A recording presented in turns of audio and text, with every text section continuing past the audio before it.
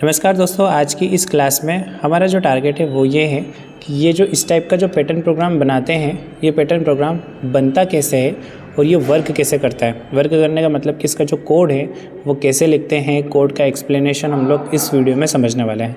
3 minute ही हमारे पास और 17-18 second हमारे ऑलरेडी हो चुके हैं।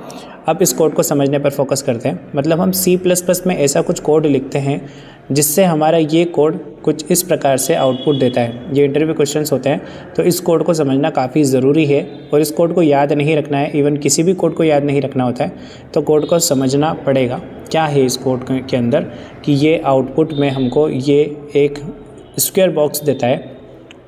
कोड बेसिक सा है। इंट मेन फंक्शन है हमारे पास और मेन फंक्शन के अंदर हमने फॉर लूप लगा रखा है।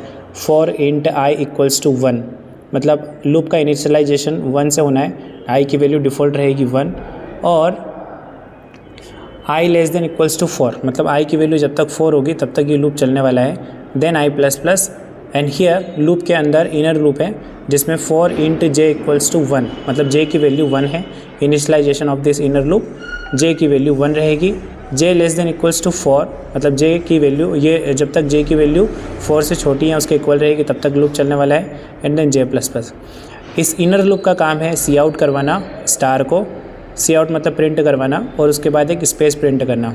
फिर नीचे ये जब लूप पूरा कंप्लीट एग्जीक्यूट हो जाए उसके बाद सी आउट करना एंड एल, मतलब नई लाइन में हमारे जो कर्सर है उसको शिफ्ट करना।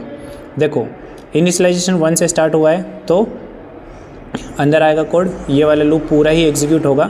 कितनी बार एग्जीक्यूट होगा? 1 2 3 4। जे की वैल्यू फर्स्ट सर्कल में 1 रहेगी, प्रिंट हो जाएगा। फिर सेकंड सर्कल में इंक्रीमेंट होकर 2 हो जाएगी, फिर प्रिंट होगा, फिर 3 हो जाएगी, 4 हो जाएगी, 4 तक ये प्रिंट होगा। तो यहाँ पर 1 2 3 4 टाइम प्रिंट हो गया।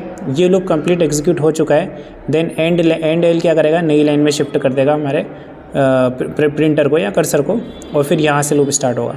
फिर i की वैल्यू एक सर्कल इसका कंप्लीट हो चुका है तो i की वैल्यू भी हो जाएगी अब 1 से 2 हो जाएगी। उसके बाद ये फिर लूप पूरा लूप चलेगा तो फिर पूरा 1 2 3 4 प्रिंट होंगे।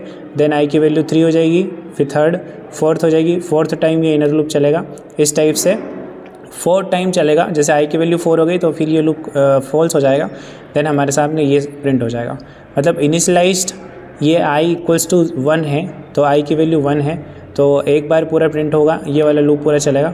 बहुत सिंपल सा कोड है, बहुत इजी कोड है।